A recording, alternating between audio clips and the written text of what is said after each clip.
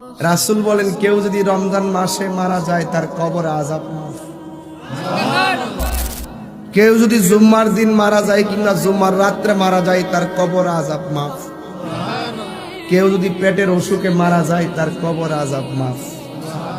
রাসূল বলেন যদি তোমার জ্বর ওঠে সগীরে গুনাহ মাফ। কেউ যদি ডায়রিয়া মারা যায় শহীদের সওয়াব। পানিতে ভেড়া মারা যায় শহীদের সওয়াব। ডেলিভারিতে মহিলা মারা যায় শহীদের সওয়াব। আয় হায় হায়, কত যে সুযোগ বান্দার জন্য আল্লাহ রেখেছে, অভাব নাই সুযোগে। বান্দারে শুধু কেমনে গুছায় গাছায়া লাস্টে যখন দেখতেছে একটা দিক দিয়ে রেখে দিছে রোজাটা, আমি আল্লাহ নিজের হাতে দিব।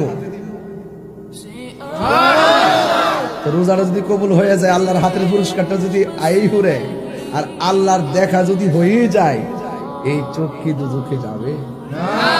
এই হাত কি দুজকে যাবে? আল্লাহর দেওয়া আমল নামা নিয়ে কি দুজকে যায়?